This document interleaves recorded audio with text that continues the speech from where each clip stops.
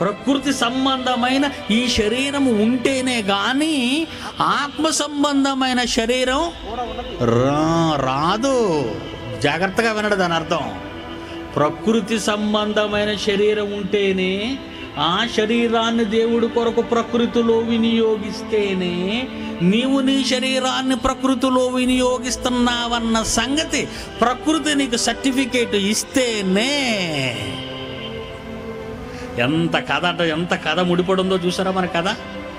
ప్రకృతి మనకు సర్టిఫికేట్ ఇవ్వాలట. ఏమని?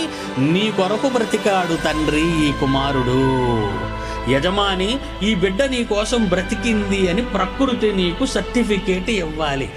ప్రకృతి నిన్ను మెచ్చాలి. ప్రకృతి ఎందుకు పెట్టాడు? ప్రకృతిని ఎందుకు పెట్టాడు ఇన్విజిలేటర్గా?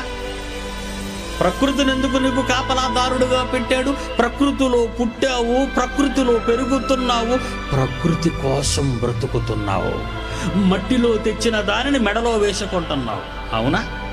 మట్టిలో ఉన్న వాటిని పూజిస్తున్నావు, మట్టి నుండి వచ్చిన దానిని ఆరాధిస్తున్నావు, మట్టి నుండి వచ్చిన వాటి కొరకు తిరుగులాడుతున్నావు. అప్పుడే ప్రకృతి నీకేమిస్తుంది? వీడొక దరిద్రుడు అని సర్టిఫికేట్లు.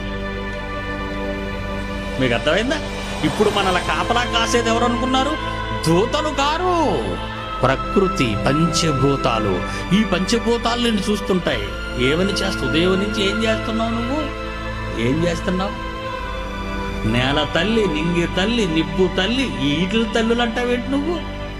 కన్న తండ్రిని విడిచిపెట్టావు, కన్నవాణిని మరిచిపోయావు, ప్రకృతిలో ఉన్న వాటి కొరకు తిరుగుతున్నావు. ఏం దొరుకుతుంది అక్కడ నీకు?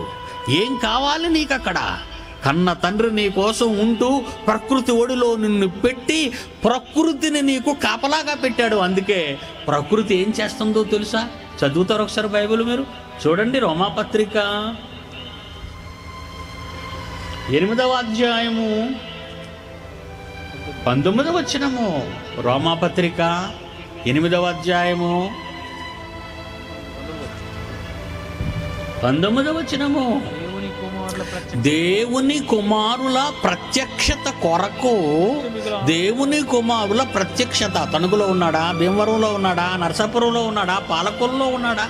ఏలూరులో ఉన్నాడా? ఎక్కడున్నాడు? ఈ పశ్చిమ గోదావరిలో దేవుని కుమారుడు. ప్రకృతి చూస్తుందట. అంటే నువ్వు ఎక్కడికెళ్ళు నీ కాళ్ళ కింద ఉన్నది అదే కనిపిస్తున్నది ఆకాశం. ఆ పైన కనిపిస్తున్నవి నక్షత్రాలు, రాత్రి వేళ చంద్రుడు, పగటి వేళ సూర్యుడు. ప్రకృతిలోని ప్రతి పదార్థం నిన్ను కనిపెడుతూనే ఉంది. నువ్వు దేవుని కుమారుడవా కాదా? అమెరికా వాడు అంతరిక్షంలోకి వెళుతున్నాడు, ఇండియా వాడు భూగర్భంలోకి వెళ్తున్నాడు, రష్యా వాడు సముద్ర గర్భంలోకి వెళ్తున్నాడు. ఏం కావాలి? ఏవో కావాలి వాళ్ళకి, ఏవేవో కావాలి వాళ్ళకి. అవేనా నీకు కావాలి? వాటి కోసమే నువ్వు పుట్టావా? సృష్టి దేవుని కుమారుల ప్రత్యక్షత కొరకు మిగుల ఆశతో తేరు చూచుచు కనిపెట్టుచున్నది. ఎక్కడికి వెళ్ళిపోతారు చెప్పండి ఇప్పుడు మీరు? మీ మీద ఎలాంటి వాళ్ళు విజిలెన్స్గా ఉన్నారో చూసారా? ప్రకృతి సాక్ష్యంగా దేవుడు మీకు పెట్టాడు. మీరు ఈ ప్రకృతిలో ఎవరి కొరకు బ్రతుకుతున్నారో చూడమని ప్రకృతిని శాసించాడు నీ మీద. చెబుతున్నాడు చూడండి ప్రకృతితో. వింటారా?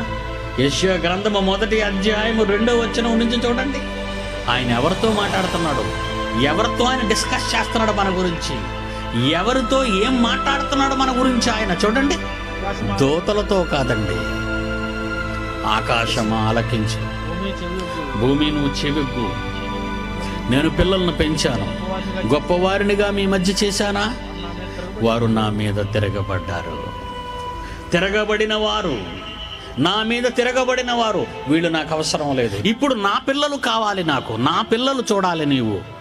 అందుకే సృష్టి ఏం చేస్తుందట? మిగులు ఆశతో తేరి చూచుచు కనిపెడుతుందట ఎవరు దేవుని పిల్లలు, ఎవరు దేవుని